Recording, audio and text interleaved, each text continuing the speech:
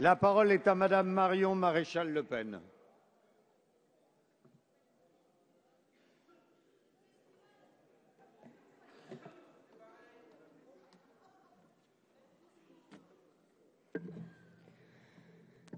Monsieur le Président, Madame le Ministre, chers collègues, permettez-moi de m'émanciper du débat de fond technique largement développé ces dernières semaines pour m'intéresser un petit peu à ce qui s'est passé hors de ces murs et qui n'en est pas moins instructif.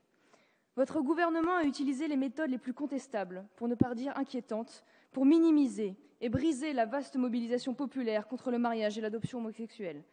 Publication de chiffres falsifiés, propagande antifasciste, répression lors de manifestations et prisonniers politiques. Je pèse mes mots. Je pèse mes mots. Il y a encore quelques jours, 67 personnes, essentiellement des jeunes, ont été retenues 17 heures en garde à vue pour avoir manifesté silencieusement et pacifiquement sur la place du Palais Bourbon, quand des groupes de clandestins toutes les semaines manifestent régulièrement sans jamais être inquiétés, quand les Femen ne souffrent que de simples contrôles d'identité, malgré l'agressivité verbale et visuelle dont elles font preuve, quand les casseurs syndicalistes de gauche se voient offrir l'amnistie. Je rapporte les multiples témoignages de manifestants avoir vu des policiers en civil ayant ordre de provoquer des bagarres au sein des rassemblements pour créer le dérapage. J'invente? Petit rappel, le 29 octobre 2010, vos amis de Mediapart écrivaient « L'infiltration de nombreux policiers dans les manifestations actuelles en civil et parfois déguisés en syndicalistes est un fait. Comme quoi les bonnes vieilles méthodes ont la vie dure au-delà des partis. Vous usez sciemment de la stratégie de la tension, le but étant que l'opinion publique se retourne contre les manifestants. Mais tout ce que vous allez réussir à provoquer avec vos barbouzes, c'est un désastre dont vous porterez seul la responsabilité. Le ministre de l'Intérieur, M. Valls, peut se prendre pour Jules Mock. S'il vous plaît, allez. Nous faire le remake des grèves insurrectionnelles de 47 dans sa cuisine, il n'en demeure pas moins que vous vous trompez de combat et d'époque. Pour décrédibiliser l'adversaire et briser la contestation, vous parlez de fascisme, d'extrême droite, de radicalisation, de violence, d'homophobie. Mais enfin, de quoi parle-t-on? De qui parlez-vous? De foules immenses, composées de familles qui chaque fois ont manifesté pacifiquement dans la rue, sans rien dégrader, de rassemblements spontanés où sont scandés des slogans bon enfant, de camping, de pique-nique, d'affiches symboliquement collées sur les vitrines du local de l'inter-LGBT, interlocuteur privilégié du gouvernement dans le cadre de l'élaboration du projet de loi. Est-ce donc cela, les monstrueux actes homophobes dont vous parlez?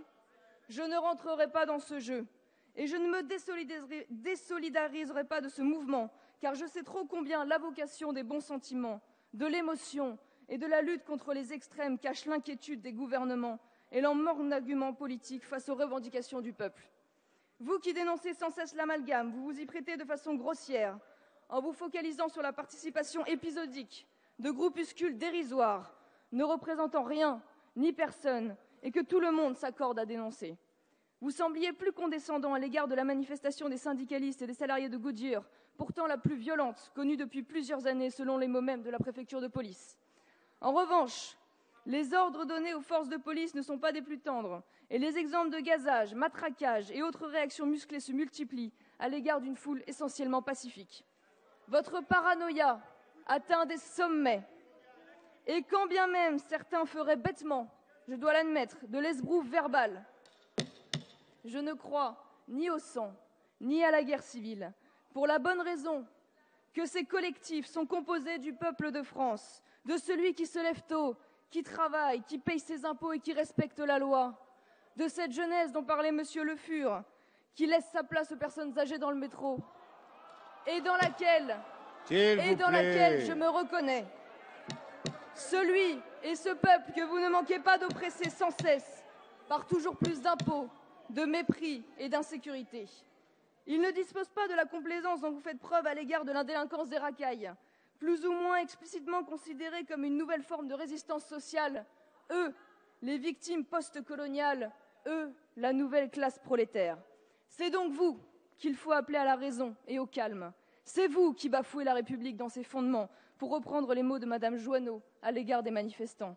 Mais voilà, Monsieur Pierre Berger, Monsieur Jean-Jacques Augier ou tant d'autres militants pro-mariage gay ont les moyens de convaincre, des moyens financiers, des moyens amicaux, proche du président de la République et des éminences du PS, et des moyens médiatiques conséquents, comme le journal Le Monde, par exemple. C'est peut-être pour cela qu'on lui pardonne un certain tweet dans lequel il disait que ce n'est pas lui qui pleurait si une bombe était placée au sein de la manif pour tous. Mais cela, évidemment, ça ne vous a pas choqué. À une crise morale, économique, politique, vous ajoutez une crise majeure de la démocratie, en refusant de laisser le dernier mot au peuple par référendum, en méprisant les opposants pourtant majoritaires à l'adoption, en ignorant la grogne des Français.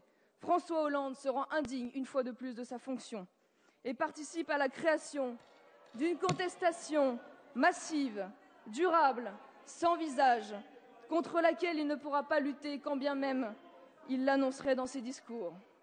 Vos erreurs sont notre avenir. Et quel avenir que celui où les repères biologiques, familiaux, seront sapés, où bientôt la PMA et la GPA réifieront définitivement l'homme pour n'en faire qu'une simple marchandise, soumis à la libre circulation et à la concurrence pour optimiser les prix. Vous l'avez déjà fait pour les travailleurs. Vous irez jusqu'à la chair des hommes. Je n'en doute pas une seconde quand je vois le peu de considération que certains dans vos rangs ont de la femme et de sa maternité. Une fois de plus, vous faites de la politique à grands coups de slogans, nous assommant d'arguments insensés, le sens de l'histoire, comme si l'histoire avait un sens. L'égalité à tout prix, même au prix de l'absurde. Allez, s'il vous plaît. Allez. Une direction, si vous préférez. Ou le principe de réalité. Vous nous avez donné une fois de plus un exemple flagrant, Madame Taubira, avec votre circulaire, parce que quelques centaines de couples ont sciemment violé la loi française en louant des utérus aux États-Unis.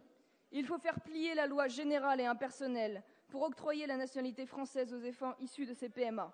Il est dangereux, de la part des hommes politiques, de légiférer sur l'émotion, les cas particuliers ou personnels.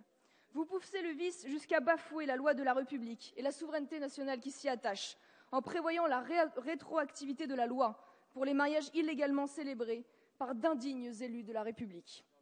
Et comme si cela relevait du jeu électoral, je regrette que le parti qui vous serve d'opposition se rende complice de ce bouleversement, en permettant son adoption au Sénat par l'abstention et le vote complice de plusieurs sénateurs UMP.